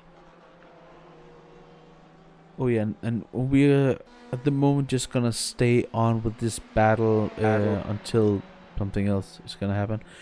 I want to just point out again, now we are so close to the end of the race, that we are having a race number 2 that will start and I think about 10 minutes after this race has ended, so stay on with us, and that will be reverse championship standings. So we first take the reverse of the pros, then reverse of the pro-ams, and then the reverse of the ams, as they are in the championship standings, and that should give some great racing out there. Indeed, in under a second now, the gap between Kiefer McKenna and Oleksiy Seleznev, now 0.5 of a second between the two of them. Seeing a little bit of a replay here, an incident from Niels Ullmann, who had a great race to start off, but unfortunately an incident with the... Oh, that is a tough hit. That's going to end the race for him. Certainly an unfortunate debut for the Scandinavian. He's been here before, hasn't he? I think he's been here before. I'm not even sure. Let's take a look at this battle now. Kiefer McKenna well within slipstream range. Absolutely no question about that. He's going to have to stay tight behind the Tide-branded Corvette, riding on board now with the Irishman. Will he make the move this time? He shows the nose to the inside, gets Seleznev to look to the inside. He goes so deep into the corner, just barely makes it. Don't want to be too over-aggressive. He'll end up just losing time, as he actually falls a good way off, nearly a second now, the gap between the two of them, and looks like our leaders will have taken the white flag just shortly. I'm not sure where Mike Skeppers is on track, but it actually looks like Andy Gorton has made up quite a bit of time within 3 seconds now. So we're going to continue to ride on board with Kiefer here. We'll see if he's able to make up the time he lost in turn 1. He's going to have to be patient and wait for the right time to make the move. He lost a lot of time in turn 1 there when see if that mistake ends up losing him this race. You can see a little bit of the rubber coming off of the tires of the Ukrainian driver ahead as that battle continues to be ever closer. We're going to look at a replay here. He shows the nose just, so late on the brakes there. Nothing he could do to try to slow down really any faster as he continues now to hunt down that very bright colored Corvette. He's way off track. A little bit. You can see just how a hard little bit. I said I'm way off. As we had a green flag. We had checkered flag. We're looking at the checkered flag. Mike Skeppers now comes across the line. He will take home the checkered flag and the win. And the two podium finishers actually not too far behind. I think that's just about the closest we've had in terms of any sort of a battle for the overall lead. That's got to be the closest that all three podium finishers have been. And Oleksiy Seleznev holds off Kiefer McKenna, a charging Irishman who certainly was not going to give up. That battle between Broomfield and Blythe has been decided. Blythe takes home the position. Will Gabrielson be able to make any sort of move in the last corner for Tristan Koning before they come across the finish line? He breaks a little bit later into Parabolica. Is he able to make anything happen? Does not look like it. Tristan Koning in the number 317 will bring home his Corvette in the first position for the AM category. Gabrielson comes up home in second. So the top podium finishers, Mike Skeppers, Andy Gorton, Taj Edwards. Then the podium in the Pro-Ams, Oleksiy Seleznev, Kiefer McKenna, Owen Blythe. And then it actually is going to be close. Actually, not too close. And who's going to get home and get a podium? Very quietly, might I add. Quietly. I was like, where has been, and now he get a podium. I am sorry. I will bow, Mr. Coombe. I will bow. Yeah, wow. That's what you get. That's what I get. Marvin Sluman comes across the line in seventh. And so too does Gunners Razgals. Merlin Cooper, the Austrian driver, comes home just off the podium in the AM category. Victor Mateos with a disappointing performance, ninth in category and dead last of the drivers who actually came across to take the checkered flag. But especially at the beginning of the race, that was incredibly exciting to watch that battle between the Pro-Ams and Tristan Koning at the front. Unfortunate that it ended the way that it did, but that was quite a race to watch. Nick, your thoughts? Well, what we saw was, great battling, and we had that amazing battle at the beginning and middle of the race where we had these, 5-6 drivers just battling, back and forth, and that's what we have with GT Racing at the moment.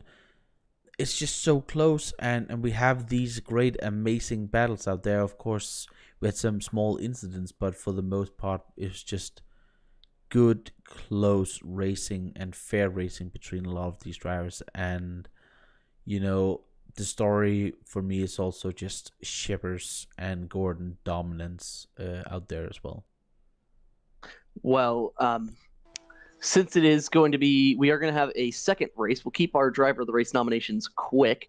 For myself, I'd have to nominate Tristan Koning. An incredible performance from having to overcome a lot of struggles. And I don't think he ever got a break throughout this entire race. He was constantly battling and constantly under pressure and did a good job to come home still with the win in category, and certainly had the potential to finish in the top 5 overall by how amazing his pace was. Nick, your nomination. Well, for me, Mike Shippers, or no, Oleksiy Seleznev. He took that, he went by Koning in the correct, right place, right time, and just got a buffer and never really made a mistake. Yeah, McKenna got closer and closer, but he was not really able to do anything. But just before I get some questions in here, first of all, Stefan asked if we thought that there was a little bit of a late defense from Seleznev. I think, yeah, just a little bit. If we just go back and have a look at it, if I can find it. I actually don't think I can. But yeah, just a little bit of a late defense there. Oh, we have it right here. So if we just, it's it's just, when they swap, but I don't think the outbreak is due to that. And then I also got a question in the chat if the race is over. And yeah, race 1 is over, but we will be back in about 9 minutes, and there will be a race 2 coming, and we will have reverse championship standings. So we will just have a little bit of a break, get into the correct servers and stuff like that, and we will be back with you.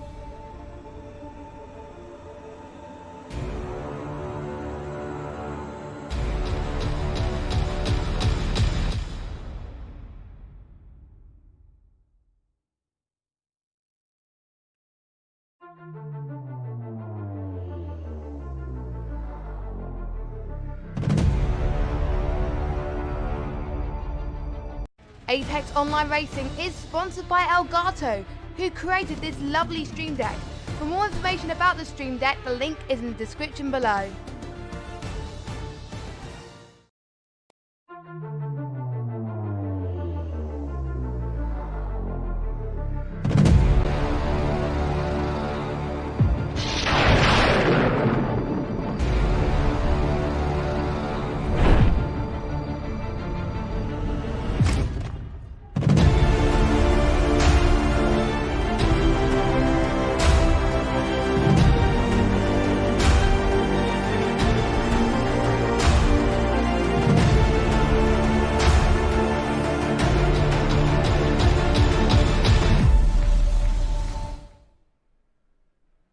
Welcome back, ladies and gentlemen. After our short little 10-minute break, we're now in a practice session with just about 5 minutes remaining. This will be our reversed grid race, something of a sprint race.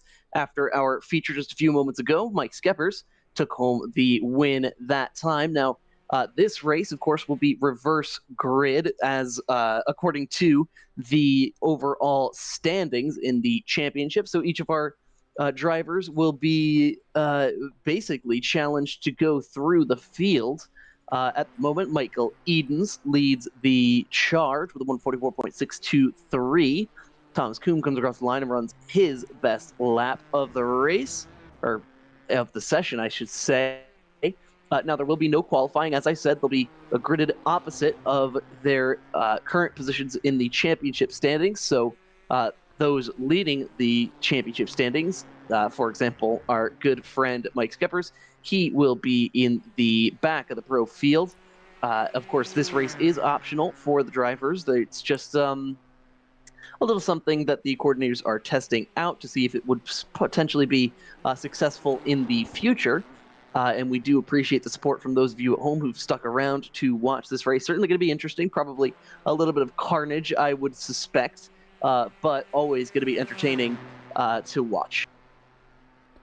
Oh yeah, definitely, and we're just seeing a couple of drivers maybe having a little bit of an issue. Of course, for the drivers, it's new swapping over again, and so that we will always have. But drivers are slowly getting in here. But it's gonna be interesting because some of these drivers are not really used to fight their way up through the field, and have just been out there in the front. So it's gonna be interesting to see if what this will bring to the race. Also, it's only a 25-minute race, so they really need to be on their game, otherwise they will not be able to get up there. This race as well is there's no points, so let's see if drivers are just gonna be demolition derby. We hope not, but it can happen. But we're just trying to see if we can get the drivers in here, as we're just seeing. I'm just keeping an eye out on the chat, as we are having Mr. Broomfield's face in the corner. I don't know why he's always there. That is actually the SDK. You can turn that off, in fact. Oh yeah, but every time I press race, it shows. So now Yes, I've decided. So now I've decided to, especially Stefan, to show him Mrs. Broomfield's face, because that is what we're gonna use to invade Finland. And to answer the question in chat, we actually do not currently have the qualifying order. No. Unless it's possible that they've actually done it. No, that's just number order. But we will see in just a few moments' time, just under 2 minutes, in fact, minute and a half, we will see which drivers will be where. And this will be just a short little sprint race, something fun for you guys to enjoy at home, and something for these drivers to look forward to for potential later season. And I think that we also want to point out there, and as we have all of you here, is that we would like to get feedback on the AOR Discord or the AOR on the AOR web page of how you guys as a viewer are seeing this for the first time. Is this something that you would be interested in seeing, or even interested in racing? We want more drivers out there, and just please come and join us, and make your voices heard, because if you don't say anything, nothing will change or happen, and we need the feedback on how this is gonna pan out with only half a minute to go. And I can see out there that there are a couple of drivers actually not being able to get back into or actually not being able to go in here. And I think they might not have been invited into this particular race, which is a little bit interesting. Sad, yeah. You see Broomfield go for a little bit of a ride. Nice catch. Well, yeah. That was smooth. Yeah. Just that's that right there is the James Bond move. Just everything goes to chaos, and then you just slide in with a cocktail in your hand. Wrong manufacturer, though. As now we go to the race session, and now I can read off your starting grid. Going to be really short for this one, just a few drivers out there. At the top will be Michael Edens and his Venom Sidewinder teammate John Hallowell. Taj Edwards from Fuga Simsport will be scored in the third position, followed by Andy Gorton. The third row will be Mike Skeppers and Victor Mateos, followed by Stephen Broomfield and Marvin Sluman, and Chris Yardley will be the final of the Pro-Am drivers. Then Merlin Cooper in the V3 Racing Gold Machine, hailing from Austria, will be ahead of Jamie Smith in the number 375. And finally, Tristan Koning and Thomas Koom, who currently is out front of the AM category standing. So pretty short in terms of our grid. So you see the Porsche iRacing safety car back out on track. Going to be pretty short race, and certainly plenty of action to keep an eye on. We are definitely, and we don't have as many drivers as we want to, but that's mainly also down to admin era at the moment. So we will have more of these drivers in the coming weeks, hopefully, and they will try this out, hopefully, for more races. It's an interesting concept, definitely an interesting concept, and let's see what this can do. And I'm actually really surprised about Chris Yardley there. I thought Broomfield and Sluman were ahead of him, but well, that's, you get surprised every day. Learn something new every day. You'd know that as a teacher, right? I do. We always learn. Life is learning. That's, wow, you're such a teacher. Anyway. Yeah.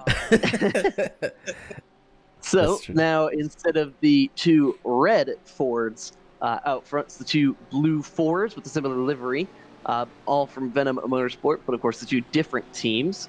They now round Parabolica. We'll see when our leader Michael Edens steps on the loud pedal and will start the race. The white, red, and black safety car going to pull to the safety of the pit lane to the right-hand side, and already onto the throttle is Michael Edens, almost like a perfect replay of what we saw at the beginning of the race last time.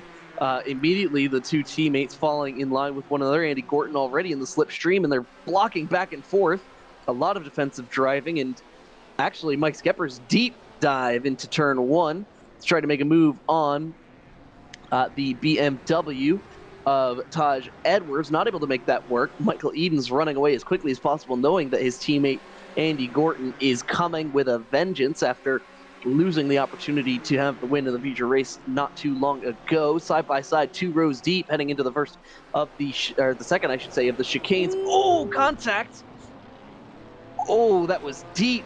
That was hard contact between Taj Edwards and Andy Gorton, and yet another example of Gorton getting the short end of the stick. He had to slow down, so now he's gone from being second and putting pressure on the two cars ahead to now being all the way down, 5th in position, but all the way down now between the first and second of the AM drivers. We now ride from the chopper cam, following Mike Skeppers, going into the Iscari chicane, going to try to make a repeat performance, going from the back of the field to the front.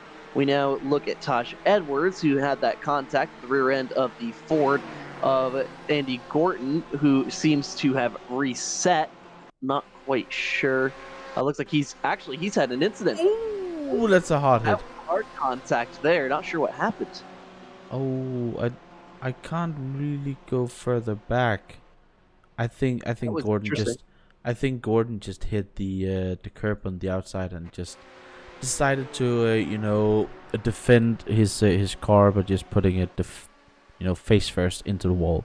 Well, As Edwards is definitely piling on. Ooh, somebody really braked late there. That was Victor Mateus completely missing the braking point and almost getting into the rear end of Stephen Broomfield up there. But and now that's 4 Hyperion cars in a row. Oh yeah, nice. Yeah, but getting back to Edwards up here, he's really piling on the pressures on Jen Halwell, and Halwell is, this is his chance to keep it up there and really get some, not really points, but show what he can do, as there's a massive fight for positions in the rear with Broomfield getting by everybody here. Ooh, somebody's going off there. But yeah, the Porsches of Yardley and Mateus is definitely having quite a battle up here, and you can recognize that it is Chris Yardley by the grinning grinning Porsche up there, and You grin in the front of the Porsche. Yeah. the grin in front of the Porsche, and it's such a as Victor Mathias is off. Huge crash from Victor Mathias right there, and he just completely lost that by himself. What happened there? The curb on the inside. He just hit the curb on the inside, and I think he from the car behind. Yeah, I don't think any contact. Somebody ahead actually was in the wall. You'd have to go back. Yeah, Tristan Koenig at the same time was in the wall. Maybe as a result of his wreck avoidance there. That's certainly not what we want to see. Oh, he got hit, and he did get hit. And then just a tank slapper and damage to the right rear suspension sent him right into the wall. Nothing you can do about that. Certainly not his fault as a result of that, but a lot of cars with damage now. The battle front, Taj Edwards still managing to hold off Mike Skeppers. Not sure if Skeppers is really pushing all that hard given how short this race is, but nearly 2 seconds gap between Edens and Hallowell. As Hallowell continues. From Taj Edwards, who now has sent himself for a spin. Oh my goodness, I called Edens. I was completely off there. As a Yardley is, as we are having Edwards going backwards in the background, as Yardley's piling on the pressure here. Yardley, that's Smith. That's really close, and Yardley. Really some great battles out here, and they're really piling on the pressure, as now Sluman is looking to try and get past Chris Yardley here, and these two have raced with and against each other for a long time, and Yardley just slams the door in front of there and completely misses his brake point into Ascari, and now Marvin is trying to see if he can get past again.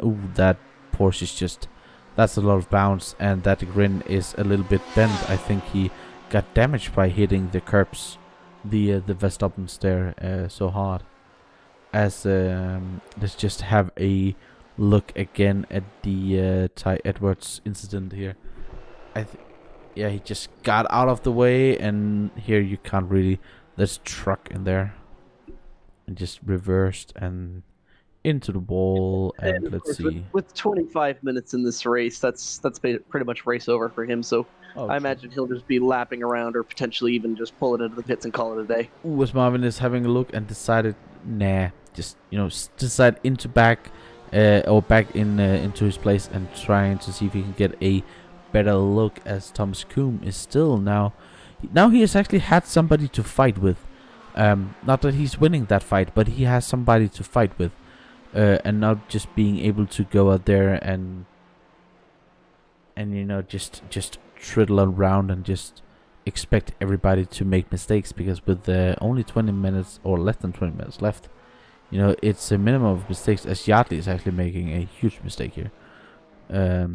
The commentator curse up there, but the Hyperion guys are really pushing it out there, which is great for us to see. 25-minute race, I think it's fair that they're kind of just messing around, letting off some steam maybe. So it's a cool format and certainly worth the test, and I think this is just kind of an opportunity for these guys to mess about and have a little bit of fun making laps. But I'm sure if there were points to be handed out here, first of all, we'd have a much larger field, and second of all, it might be a good bit cleaner racing. Yeah, but it's still great racing, as we're seeing Mike Skeppers and Hallowell. He's going on the outside there. What a move! And Skeppers he's at a mission, and now he has 3 seconds to Michael Edens, and Edens is not slouched, but he's taken half a second on that particular lap. And as we can get the lap charts up here, so wow, he's flying out there. As he's completely missing the chicane. He's completely made a mistake, but hopefully it doesn't seem. It looks like Gorton is now in the way. What's just happened there? I don't know if that's a coincidence that Gorton was there. Maybe just coming out of the pit lane. Looks like he's slow coming back onto the track, but not sure what's really happened there. That's an interesting situation. Doesn't look like he's even on the throttle. It's just like he's rolling out. That's very interesting. maybe something to do with the pedals, perhaps, or another incident with his another issue with his equipment. As then it looks like he gets back onto the throttle just in time for. I think the question here is I think he wants to be out there just battling with the guys, even though he's left behind. I think that is what we're seeing here. Yeah, working together just to be able to mess about and race each other. Yeah. As where Broomfield has been having a little bit of a sightseeing here. Just a little bit. Oh. As the battle is definitely going on up here, as Mike Shippers is now trying on the outside of Hallowell again. Hallowell to the outside. Certainly Parabolica not John Hallowell's strongest corner around this track. As those three Venom teammates tight against one another, barely a piece of paper between each of them. You can see a little bit of damage to the rear wing of John Hallowell, the blue Sidewinder car, number 103. As they go deep into turn one, this time Skeppers makes it, and Andy Gorton going to continue to put the pressure on. I think this battle really is between Skeppers and Gorton, just having a little bit of fun out there between the teammates. Yeah, and Gordon now also piling on a bit of pressure on Mr. Hallowell, and I think they're all just, as you said, having a laugh, and that is, they were close, and that's really what, at the end of the day, this is about having fun, and it's about putting a little bit of fun out there again, and these drivers, I think, are really showing that they want to have fun again, as Jamie Smith have been off the track a little bit. What has he done? It looks like Smith Parabolica. Ooh, yeah, that's way off. That's definitely track limits right there. And then into the chicane as well. Yep. Ooh. Yep. Incident on the brakes there. Well, that's a different way of taking that corner, definitely. I have not seen that line before. That is innovative. Like the final chicane at Donington than it is the first chicane at Monza. It's an innovative way of going by, Thomas Coombe and Merlin Cooper, the teammates, have not been able to get away from one another. Looks like Thomas just patiently waiting behind his V3 Racing Gold teammate. Doesn't look like they're racing all too hard between one another, or perhaps they're just not making it easy to see. Now Andy Gorton actually runs a pretty fast lap, as we see somebody complaining a little bit on the radio. But it seems that battle for the lead no longer really exists, unless Mike Skeppers has now gotten into some clean air. Over 3 seconds now, the gap between himself and Michael Eden's. Not sure if that pressure from behind from Gorton and Hallowell will slow him down at all. As you can see, just how wide Gorton has gotten past Shippers. Yeah, they must just be messing around. I don't think they're driving all too hard. As we see Stephen Broomfield, who's currently leading in the Pro-Am category, going to try to get involved here, maybe try to get in on some of the fun. Broomfield for pro. Broomfield for pro. Broomfield for president. There it is. As he goes with a look to the inside, an aggressive move to the inside of Hallowell. Doesn't make any sort of move stick, but he'll stay in the slipstream and potentially try to make a move heading into Ascari. And that is his official V3 Racing teammate, not too far ahead of him, and Mike Skeppers. As they head through Ascari, looks like the Corvette maybe a little bit more aggressive on the curbs, and that suspension maybe allowing it to do so. And now Brumfield with a big run coming out of Ascari. He'll go to what is the outside line. John Hallowell defends the inside, and the slipstream from Skeppers will allow Brumfield to try to make the move around the outside. Will he be the second driver to try to make that big move all the way around Parabolica? No, he will actually try the crossovers. We see Thomas Coombe here. He tries the crossover, does Stephen Broomfield, but has not been able to make the pass yet. Hallowell continuing to defend the inside line. Broomfield follows him to keep the slipstream, gets a big run heading into turn one, but just gets out-braked by John Hallowell in the 103, continues to defend. Have you seen the rear wing of Hallowell? That is, again, carbon fiber bending. That is an amazing piece of work right there. is certainly a feat of engineering by the Venom side crew. Why? You just touched on it there. Shepard's being the official of Broomfield teammates. Why is Shepard's in the Venom car then? Just as a little bit of a switch. Up until, well, in general, Skeppers hadn't had a teammate from V3 Racing in the pro category in AOR and had wanted to do so. So he decided to get together with Andy Gorton and join the team only for Apex Online Racing events, but for any sort of official events, Mike Skeppers is a part of the V3 Racing team, as people who have watched for seasons past will know, having seen him running the V3 Racing liveries, and of course, being part of that team for many years past. We see a big moment sideways for Stephen Brumfield, a big off and a big moment getting loose coming out of the Ascari chicane. Bit of oversteer sent him sideways and nearly ended up sending him into the wall, but not quite enough to deter the German driver. That's, dirt on tires and dirt on pants right there.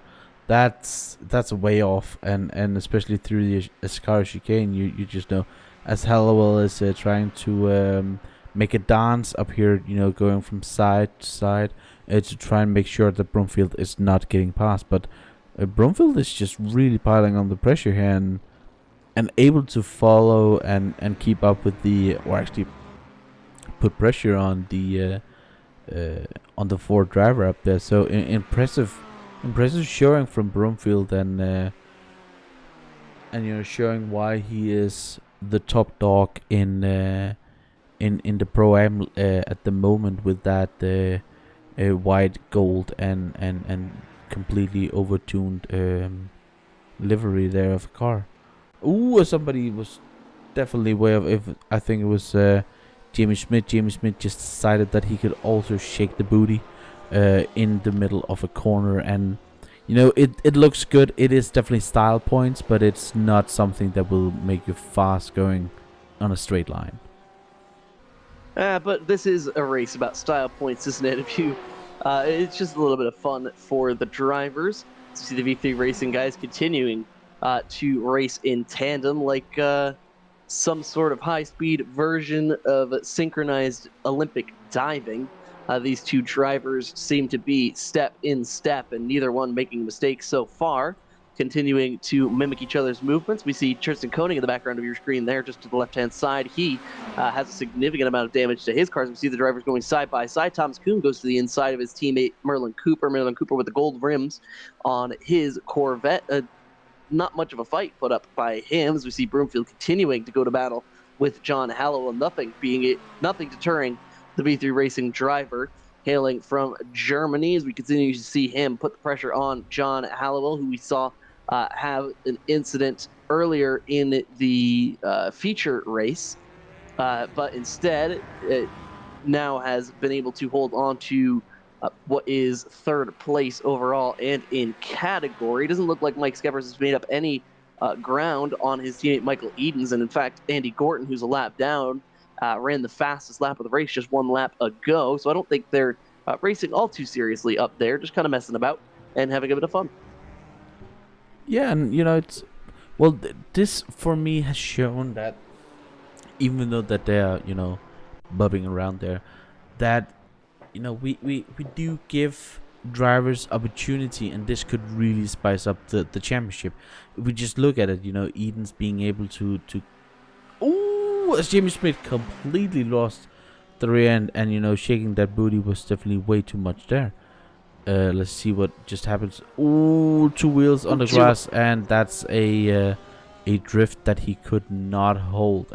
But he will get a 7-4 landing in style points right there. But if we go back to the real, being a little bit focused again here, Hallowell and Broomfield are having an amazing fight out here, but Edens and Shepers, Shepers is not really.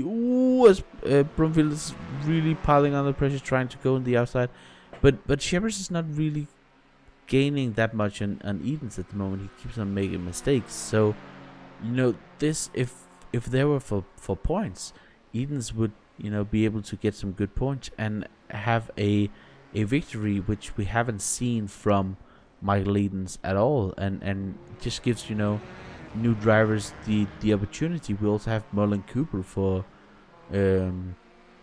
once actually leading the AM class, and Koenig getting closer and closer up there. But that's what we like to see, and just stir the pot a little bit and spice up the championship and the racing. Ooh, as Brumfield is definitely going for a nice move right there, just waiting on Hallowell to make that mistake, and went for it, accelerating into the Lesmo 1, and now out of Lesmo 2. Now he just have to defend from the Ford for the remainder of the race. And the remainder of the race being now just about 6 minutes in about 15 seconds time. So the race rather quickly coming to a close. Michael Edens currently leads. Mike Skeppers in the second position. Stephen Broomfield now with that pass that we just saw a few moments ago as he heads into Ascari. He now is in third place overall. John Hallowell in the Ford not too far behind. Marvin Sluman in the Corvette. That's the highest. Oh, and a huge jump I saw just a second ago from Chris Yardley. You might want to go back and take a look at that. I could see it just barely out of the corner of my eye. Looks like that car. Ooh. Yep, there. That is a dead Corvette. That toothy grin is going to be a toothy frown pretty soon. It's definitely a dead Corvette because it's a Porsche. Dead Porsche. You know what I meant. Yeah. It's a dead rear engined car. No, well, he's going on, but that right there is not something that will help his rear end or floor, and you can actually see on the rear of the car that is the amount of damage that just hitting the floor like that has done. It's completely destroyed the rear end. So wow, that's would not want to be in that car at that point. That would have been you would have maybe broken a spine right there, as Hallowell is not letting Broomfield just go away with this. He wants to go back there and say, I'm not gonna be beaten by this fake Pro-Am driver. Indeed, and speaking of which, looks like Mike Skeppers continuing, or has now put on the heat a little bit. Under 2 seconds the gap between himself and his teammate Michael Edens. And of course Andy Gorton is somewhere in the mix there. But currently the battle we're looking at right now was Steve Broomfield holding off John Hallowell.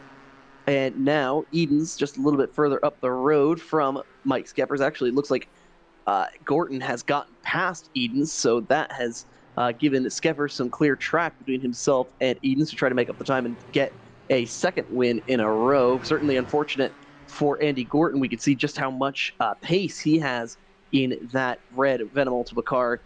Unfortunately, he hasn't been able to take advantage of it, as we see Chris Yardley has come into the pit lane after that damage.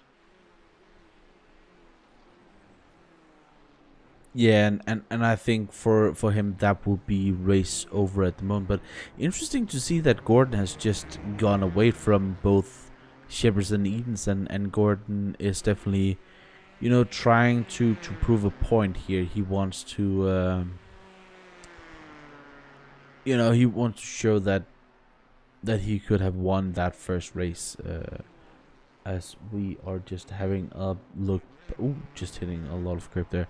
Hallowell really piling on the pressure on Broomfield again here, and if we just go on board with the Ford for a little bit here, and have it not completely from the driver's perspective, but what he can actually see in here. Indeed, and it seems that gap continues to stretch a little bit. Broomfield definitely faster through the Lesmos, but the Ford just does a great job of catching up in a straight line with that slipstream. Seems like through some of the high-speed corners seem to be where the Corvette pulls away, but through the first couple of chicanes, as we see Broomfield really pushing it, definitely not letting up whatsoever. He was going on a picnic right there. Yes, indeed, as we see Thomas Kuhn now. Ooh, that's a lot of curb, Koenig. And I think that's that once he used the first curb, it just sent him on a trajectory headed straight for the second of the curbs, and then he ended up falling all the way back and has lost that position to Thomas Kuhn. That was a good job by Koenig not to make contact with the wall. I think he had contact with the wall. That damage on the car, oh my lord. That car certainly no worse for wear as Victor Mateos misses the Ascari chicane, ends up going wide and doing something similar, ends up in the grass and boom, straight into the wall. And Sluman as well. These drivers are just putting, they, throwing caution to the wind and just trying to, as he just lose the rear and heating up the tires and going straight again. An advanced tire warming strategy. Yeah, if you ever have cold tires, that's definitely not what you need to do. Indeed, as we see that battle continuing to rage on between Hallowell and Broomfield. That's the closest battle currently on track. The rest of the field is kind of spread out and gone off on its own, but Skeppers and Edens continue to be ever so close between the two of them. Let's see if Skeppers has enough time to get past him. I think this time will be the white flag. I don't believe that the white flag has come out yet. So there's one lap left for Mike Skeppers to try to make the move on Michael Edens. They head into Parabolica for what will be the penultimate time as they come across the line shortly to take the white flag. Let's see what happens here. So the white flag should be out this time. Skeppers continues to stay in the slipstream. You can see a little bit of a silly weave back and forth from Michael Edens as Skeppers just makes his presence known in the back mirror of that car. Looks like Eddie Gordon actually fell back a little bit there. Maybe a mistake from him, but he's not in the picture, being a lap down. 4/10 the gap between Skeppers and Edens. It's also a way of just not really interfering with a great battle for P1, and also just doing one lap less than he's supposed to, as the battle is still raging on. And we can see Shepard's just being so much more confident on the brakes, but he just had a little bit too much curb there, and the overtaking opportunities are now getting more and more slim for Mr. Shepard. I think he started to wheel in Edens just a little bit too late, and could use a lap or two more to actually try and see if he can get by. Well, see, this isn't a race for points, so we'll see if he actually decides to make any sort of a drastic move to the inside. We've seen the two AM category V3 racing cars have to come in for fuel. They seem to have run out, so they were not quite prepared to make it to the end of this 25-minute race. That's going to be very close between Skeppers and Edens. He just swerved back and forth, no regard for anything that Stores might have had to say for that.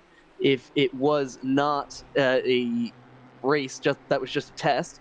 And a good job of defending there. Michael Edens will come across the line to take the checkered flag from Mike Skeppers. Does a good job holding him off in that final corner. It was that move to the inside and defend the inside going through Parabolica that gave him the win, as they all decide to put their cars out of their misery with a little bit of fun there.